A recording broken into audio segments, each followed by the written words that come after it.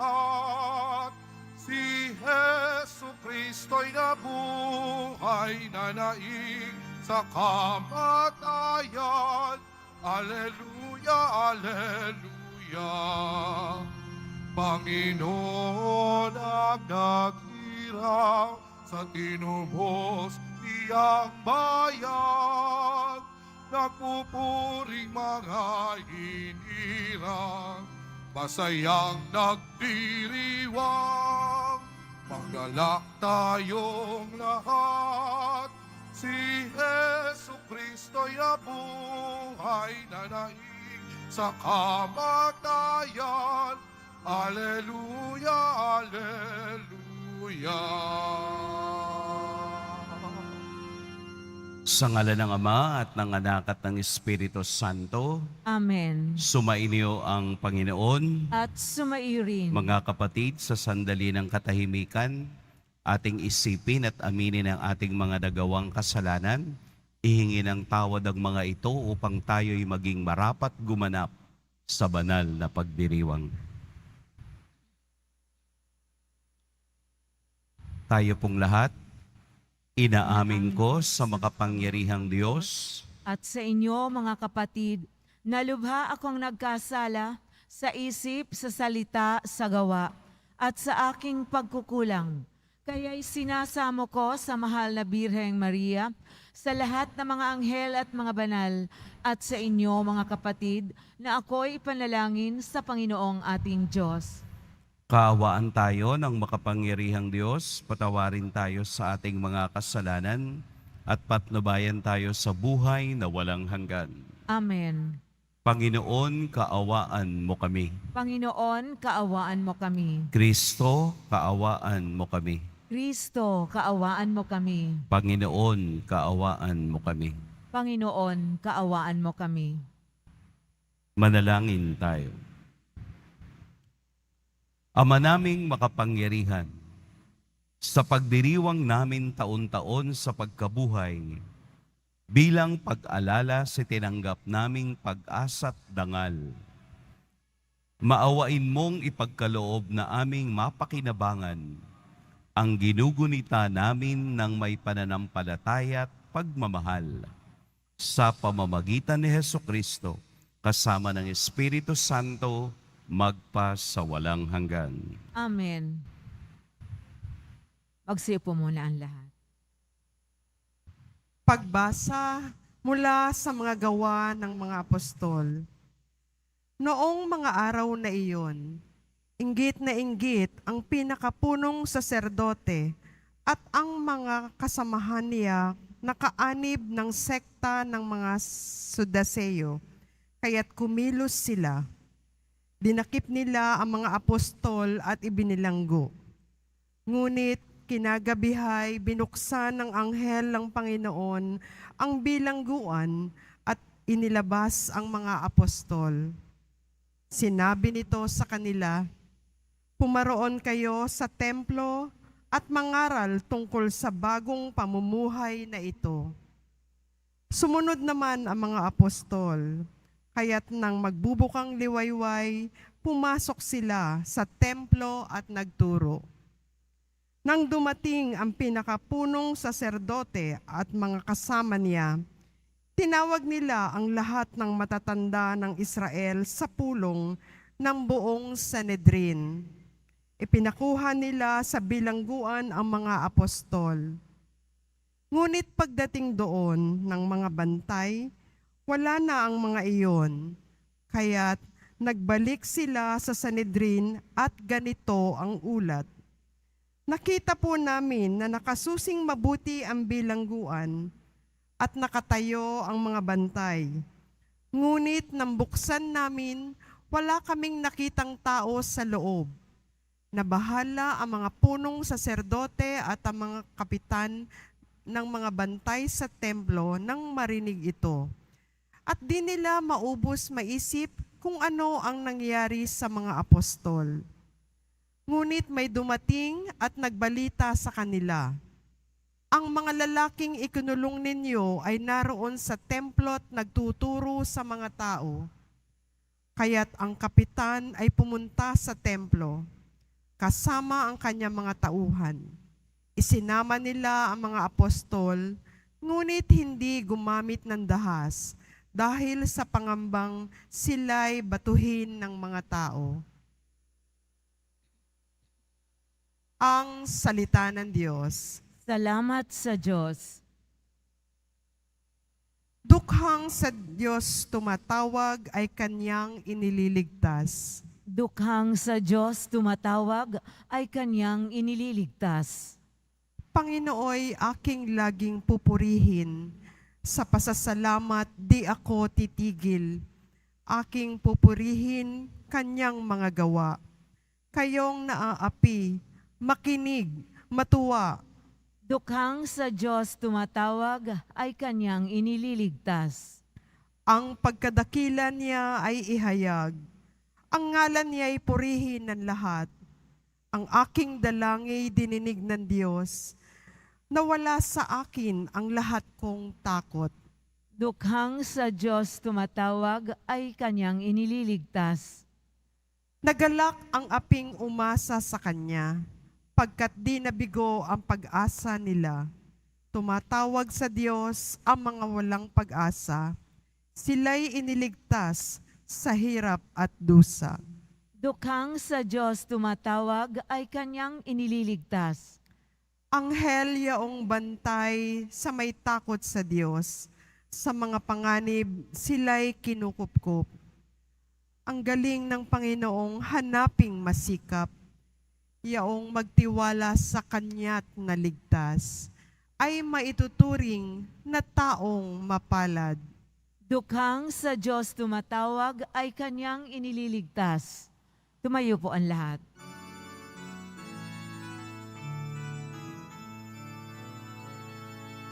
Alleluia,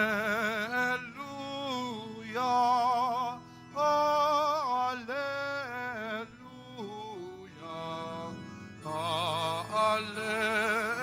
alleluia, alleluia.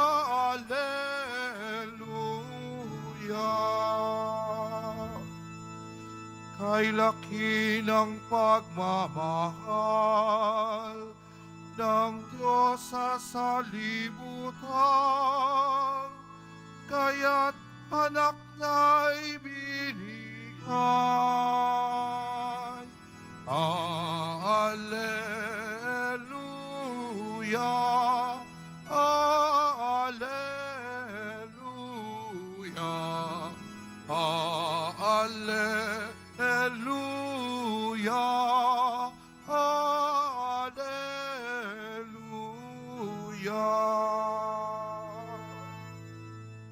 Sumainyo ang Panginoon, At sumayo rin. ang mabuting balita ng Panginoon ayon kay San Juan. Papuri sa iyo, Panginoon.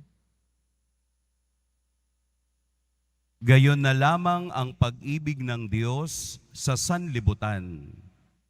Kaya ibinigay niya ang kaniyang bugtong na anak upang ang sumampalataya sa kaniya ay hindi mapahamak, kundi magkaroon ng buhay na walang hanggan. Sapagkat sinugo ng Diyos ang kaniyang anak, hindi upang hatulang maparusahan ang sanlibutan, kundi upang iligtas ito sa pamamagitan niya. Hindi hinahatulang maparusahan ang nananampalataya sa bugtong na anak ng Diyos, ngunit hinatulan ng parusahan ang hindi nananampalataya sa Kanya. Hinatulan sila sapagkat naparito sa sanlibutan ng ilaw, ngunit inibig pa ng mga tao ang dilim kaysa liwanag, sapagkat masama ang kanilang mga gawa. Ang gumagawa ng masama ay ayaw sa ilaw at hindi lumalapit dito upang hindi mahayag ang kaniyang mga gawa. Ngunit ang namumuhay sa katotohanan ay lumalapit sa ilaw. Sa gayon, nahahayag na ang kaniyang mga ginagawa'y pagsunod sa Diyos. Mga kapatid, ang mabuting balita ng Panginoon. Pinupuri ka namin, Panginoong Heso Kristo. Magandang umaga po sa lahat. Kadalasan kapag mayroong special offer na umiikot sa ating kabaranggayan, ang mahilig bumili nito ay ang mga nanay. Di po ba, no? Yung special offer na sabon. Kasi ang kanilang sasabihin, arimuhan, yung bang makatitipid. Pero nung isang araw, may napanood ako na isang short clip sa Facebook na mayroong nagtitindang sabon dito sa may MRT. Yung mga fabric conditioner at ang mga powder soap. So ang ginawa ng isang bumili ay binuksan niya at ang laman noon ay tubig. So ibig sabihin, kadalasan sa mga nag-i-special offer paikot sa kabaranggayan ay peke. So imbis na masasabi mong arimuhan, mapapagastos ka. Lalo na yung mga powder soap. Kadalasan ang laman daw nun ay harina. No? Kaya hindi ko sinasabing huwag kayong bumili ha. Meron din kasing legit na special offer. Lalo na yung madali nang mag-expire. Diba? Katulad ng mga sapatos. Akala nyo mga sapatos, walang expiration, meron. Kaya nagbabagsak presyo ang mga rubber shoes ng 50% dahil yung material na rubber shoes ay malapit na ring mag-expired. Madali na ring masisira. Siguro mga 10 gamit mo hanggang 20 gamit, pwede pa. Lalagyan mo na lang nung tagsa 10 piso na shoe glue. Arimuhan. Mahilig tayo sa arimuhan para makatipid. Pero along the way, hindi pala natin natatanggap yung tunay na serbisyo ng binabayaran natin o binibili natin. Bakit ko po sinasabi sa inyo ang ganitong karanasan? Dahil po sa ating ebanghelyo, mayroong special offer si Kristo. Ano ang kanyang special offer? Eternal life. Buhay na walang hanggan. Ibinibigay niya ang kaniyang buhay para sa ating lahat. Ito ay special offer na galing sa Ama na alam natin at pinakasikat na biblical verse ay ang John 3:16. Ganun na lamang ang pagmamahal ng Ama, kaya't ibinigay niya ang kaniyang bugtong na anak para ang lahat ng naniniwala sa kaniya ay hindi mapahamak bagkus magkaroon ng buhay na walang hanggan. Ito ang special offer ng Diyos sa ating lahat. Pero hindi ito mura. Hindi ito nag-e-expire. Hindi ito scammer. Ito ay binigyan ng konkretong galaw ng Diyos at ang kaniyang anak ay namatay sa krus dahil sa pagmamahal na iyan. Ibig sabihin, ang buhay na kaniyang binibigay ay offer sa ating lahat at tayo lang ang magdidesisyon kung ito ay ating tatanggapin o aayawan. Kaya nga po si Nicodemo na kaniyang kausap sa ebanghelyong ito ay namangha sa ibinibigay ng Diyos sa kaniya.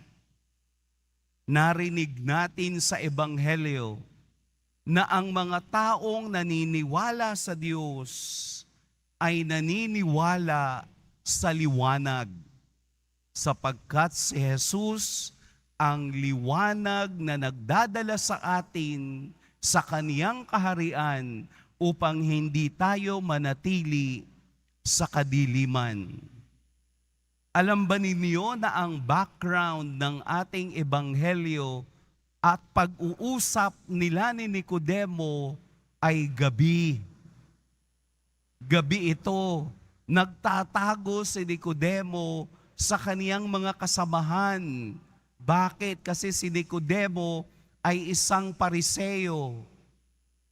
Ano ba yung mga Pariseo? Sila yung nagsakdal kay Jesus na mamatay sa krus para upang hindi makita si Nicodemo na pumupunta kay Jesus, pumunta siya ng gabi para hindi niya maramdaman yung pressure ng mga taong hindi naniniwala kay Jesus. Pero siya malakas ang loob na makipag-usap kay Jesus upang marinig ang mga salita nito. Kaya't ang perspektibo ng gabi ay pagpapakita na ang mga taong ayaw sa liwanag ay palaging nagtatago sa dilim. Ang special offer ng Diyos sa ating lahat ay buhay na walang hanggan. Pero dahil ito ay special offer, hindi pwedeng wala kang gagawin para ito ay tanggapin. Mayroon kang contribution, mayroon kang bahagi upang matanggap mo ang buhay na walang hanggan. Ano yung aking bahagi? Maniwala. Maniwala ka sa Diyos, maniwala ka sa poong Jesus Nazareno na siya ang ilaw na ipinadala ng Diyos Ama upang tayo'y bigyan ng liwanag at hindi na muli pang mamuhay sa dilim. Mayroon tayong gagawin. Mayroon tayong bahagi sa ating buhay upang matanggap natin ang special offer na ibinibigay ng Diyos. Ito nga ay libre, pero meron kang dapat gawin sa buhay mo. Hindi pwedeng gusto mong maligtas ka, pero hindi mo binabago ang iyong sarili.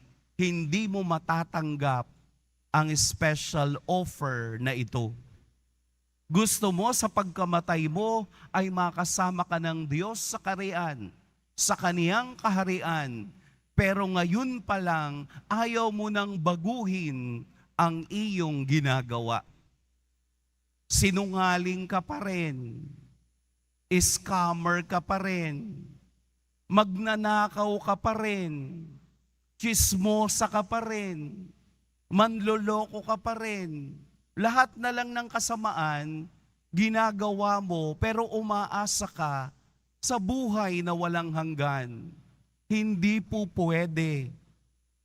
Sa kabila ng buhay na walang hanggan, meron din pong buhay na kapahamakan. At ayaw ng Diyos na doon tayo mapunta. Ang gusto niya ay buhay na walang hanggan na ino-offer niya sa lahat. Kailangan lang nating humakbang patungo sa Diyos. Kailangan lang nating mabago ang ating perspektibo o pananaw patungo sa buhay ng paglalakbay. Babalik tayo sa Diyos. Manunumbalik tayo sa biyaya at grasya ng Diyos. Katulad ni Nicodemo, nang marinig ang mga salita ni Jesus, ay nagbagong buhay at sumunod sa Kaniya. Maaalala ninyo na sa 3 pagkakataon, si Nicodemo ay binanggit sa Ebanghelyo ni San Juan. Si Nicodemo ang nagtanggol kay Jesus nang gusto siyang ipapatay agad-agad ng mga Pariseo. Si Nicodemo ang tumulong kay Jose ng Arimatea nang ibinaba si Jesus mula sa krus at siya ang nagdala ng pabango upang sa paglilibing ni Jesus ay maayos itong mailalagay sa kaniyang libingan. May ginawa si Nicodemo. Tayo rin ay inaanyayahang may gawin upang matanggap natin ang special offer ng Diyos.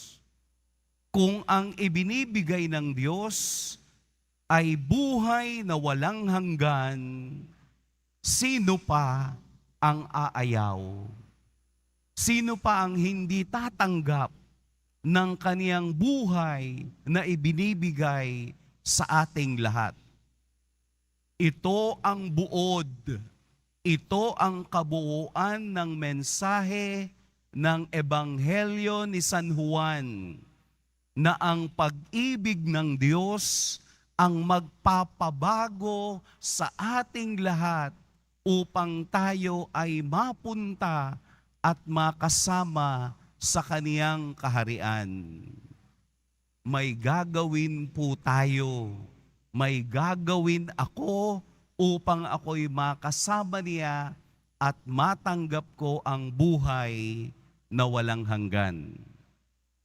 Simulan po natin ngayon na yung special offer ng Diyos ay matanggap na natin sa pamamagitan ng unti-unting pagbabago at maging kamukha tayo ni Jesus at maging kasangkapan ng Diyos sa kaniyang kabutihan, sa gawa at sa pananampalataya.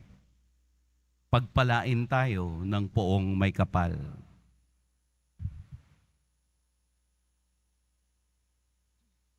Tumayo po ang lahat. Minamahal kong mga kapatid, taglay ang pagtitiwala.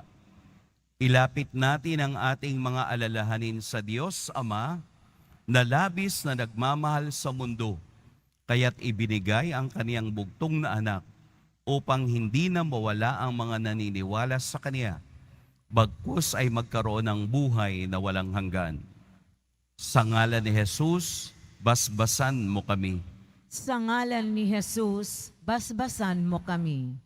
Ang simbahan naway laging maging buhay na tanda ng pag-ibig at habag ng Diyos sa mga panahon ng kadiliman at kawalan ng pag-asa.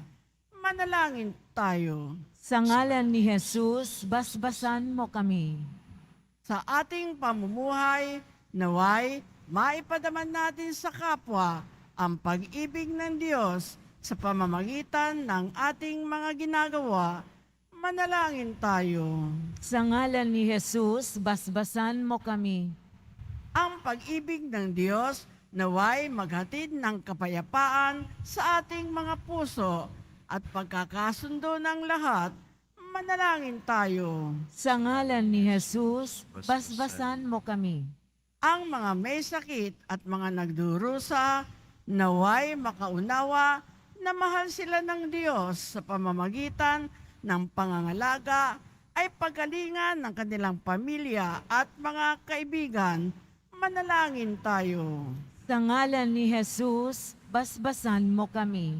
Ang mga mahal natin sa buhay na namayapa, naway makabahagi sa kalwalhatian ng muling pagkabuhay.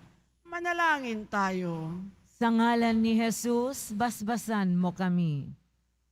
Ama naming nasa langit, tunghayan mo ng may pag-ibig ang iyong mga anak at patnubayan mo kami sa aming paglalakbay patungo sa kaligtasan. Hinihiling namin ito sa pamamagitan ni Kristo na aming Panginoon. Amen.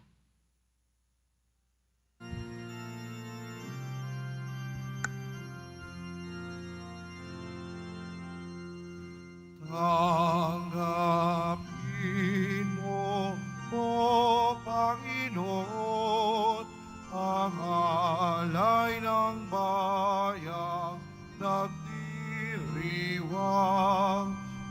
Puhunan mong bigay ang alak at tinapay, handog ng pagkabuhay.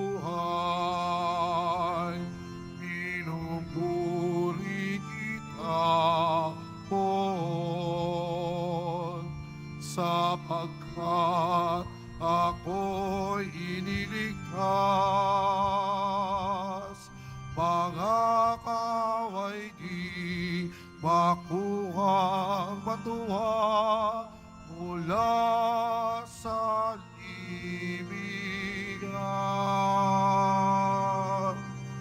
Tanggapin mo, O Panginoon, ang alay ng bayang nagdiriwang. Puhunan mong bigay ang alak at tinapay, handog ng pagkabuhay. Tumayo po ang lahat. Manalangin kayo mga kapatid upang ang paghahain natin ay kalugdan ng Diyos amang makapangyarihan. Tanggapin nawa ng Panginoon itong paghahain sa iyong mga kamay, sa kapurihan niya at karangalan, sa ating kapakinabangan at sa buong sambayanan niyang banal. Ama naming lumikha, sa paghahain ng banal na pagpapalitan ng iyong mga kaloob at ng aming alay, kami pinapagsalo mo sa iyong buhay na namumukod tangi at walang kapantay. Ipagkaloob mong ang aming pakikinabang sa iyong pakikisamang aming maaasahan ay siya ring umiral sa aming pamumuhay araw-araw sa pamamagitan ni Hesukristo kasama ng Espiritu Santo magpa sa walang hanggan. Amen. Sumainyo ang Panginoon. At sumayo rin. Itaas sa Diyos ang inyong puso at diwa. Itinaas na namin sa Panginoon. Pasalamatan natin ang Panginoong ating Diyos. Marapat na siya ay pasalamatan. Ama naming makapangyarihan, tunay ngang marapat na ikaw ay aming pasalamatan, lalo ngayong ipinagdiriwang ang paghahain ng Mesiyas, ang maamong tupa na tumubos sa aming lahat. Ang iyong anak na minamahal ay naghain ng sarili niyang buhay. Siya ang tupang maamong umako sa kaparusahan upang magpatawad ang kasalanan ng sanlibutan. Sa pagkamatay niya sa banal na krus, ang kamatayan namin ay kanyang nilupig. Sa pagkabuhay niya bilang manunubos, pag-asa at pagkabuhay ay aming nakamit. Kaya kaisa na mga anghel na nagsisiawit ng papuri sa iyo, nang walang humpay sa kalangitan, kami nagbubunyi sa iyong kadakilaan. Santo, Santo, Santo, Panginoong Diyos ng mga hukbo, napupuno ang langit at lupa ng kadakilaan mo, o sana sa kaitaasan. Pinagpala ang naparirito sa ngalan ng Panginoon, o sana sa kaitaasan. Lumuhod ang lahat. Ama naming banal, ikaw ang bukal ng tanang kabanalan. Kaya't sa pamamagitan ng iyong Espiritu, gawin mong banal ang kaloob na ito upang para sa amin maging katawan at dugo ng aming Panginoong Hesukristo. Bago niya pinagtiis ang kusang loob na maging handog, hinawakan niyang tinapay, pinasalamatan kaniya, pinaghati-hati niya iyon, iniabot sa kaniyang mga alagad at sinabi, "Tanggapin ninyong lahat ito at kanin, ito ang aking katawan na ihahandog para sa inyo."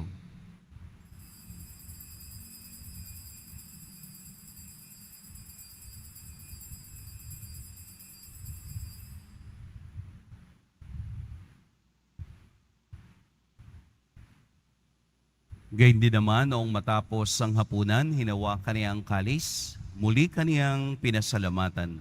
Inabot niya ang kalis sa kaniyang mga alagad at sinabi, "Tanggapin ninyong lahat ito at inumin, ito ang kalis ng aking dugo, ng bago at walang hanggang tipan, ang aking dugo na ibubuhos para sa inyo at para sa lahat, sa ipagpapatawad ng mga kasalanan. Gawin ninyo ito sa pag-alala sa akin."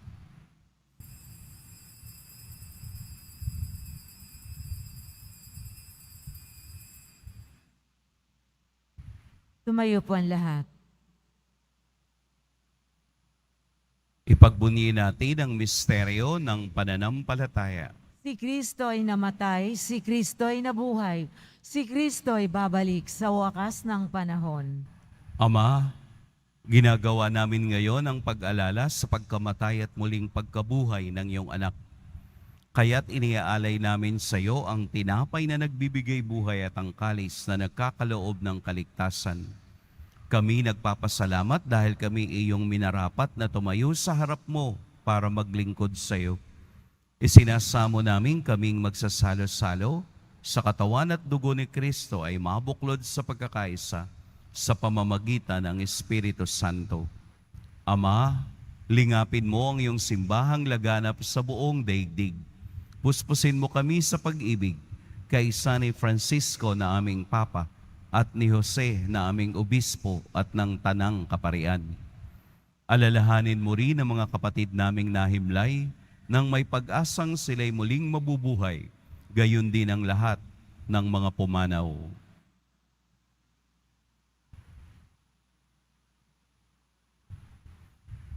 Kaawaan mo sila at patuloyin sa iyong kaliwanagan.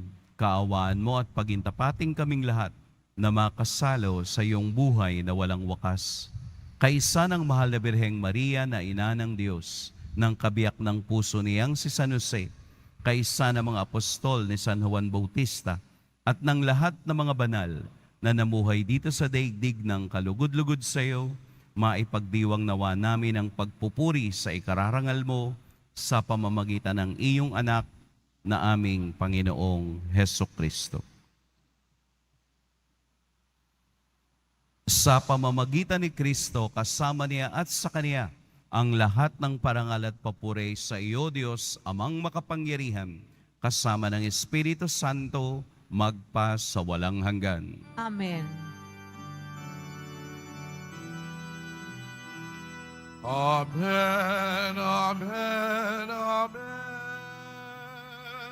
Amen, amen.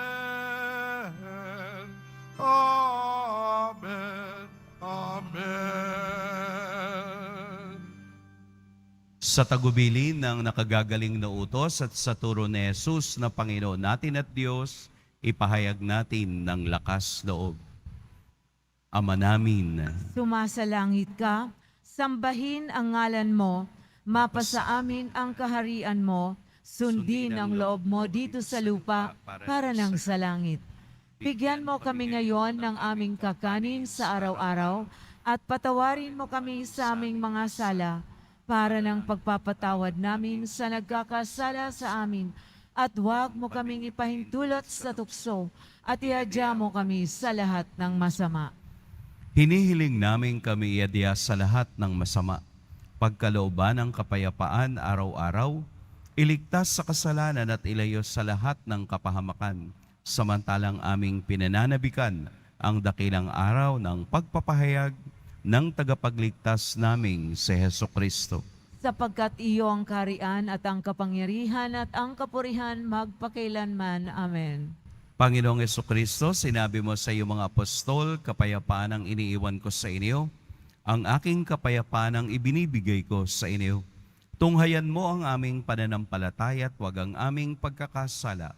Pagkalooban mo kami ng kapayapaan at pagkakaisa ayon sa iyong kalooban, kasama ng Espiritu Santo, magpa sa walang hanggan. Amen. Ang kapayapaan ng Panginoon naway laging sumainyong lahat. At sumairi. Magbigayan kayo ng kapayapaan sa isa't isa.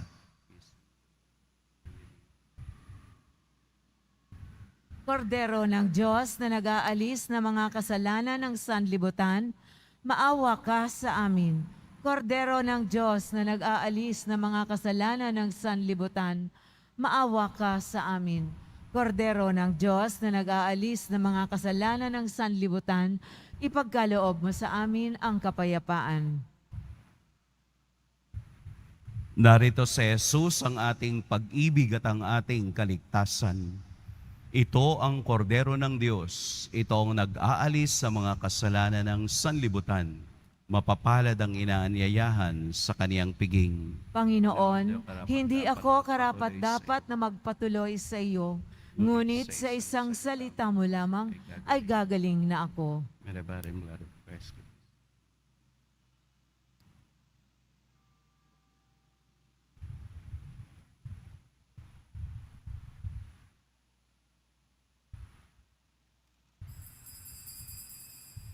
Para sa lahat ng tatanggap ng banal na komunyon, sasagot po tayo ng amen pagkasabi ng pari o ng lay minister, ng katawan ni Kristo at isubo agad sa bibig bago umalis sa harapan ng pari o lay minister.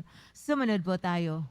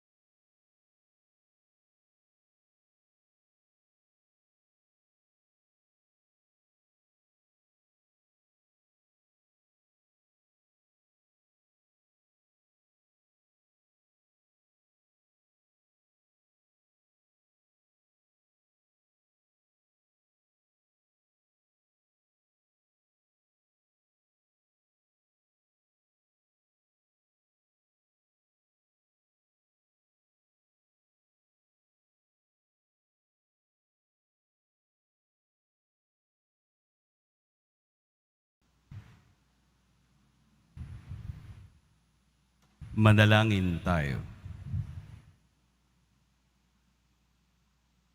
Ama naming mapagmahal, manatili kang kapiling ng iyong sambayanan na ngayoy pinapakinabang mo sa iyong sariling buhay at gawin mo kaming pasulong na makahakbang mula sa dati naming pagkamakasalanan patungo sa pagbabagong nagdudulot ng iyong kabutihan sa pamamagitan ni Hesukristo kasama ng Espiritu Santo magpa sa walang hanggan. Amen. Sumainyo ang Panginoon. At sumayo rin. Yumuko kayo para sa pagbabasbas.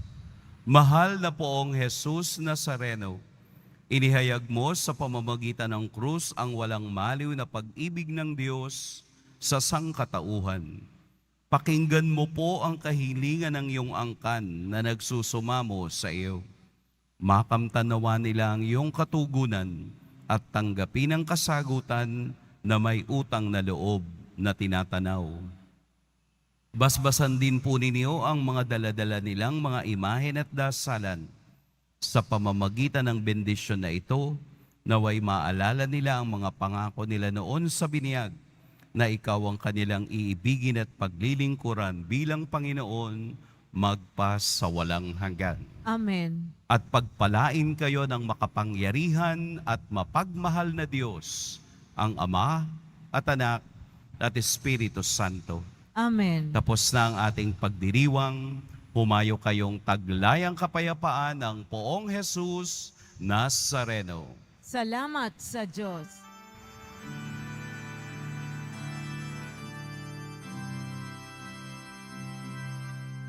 Nuestro Padre Jesús Nazareno, sinasamba ka namin,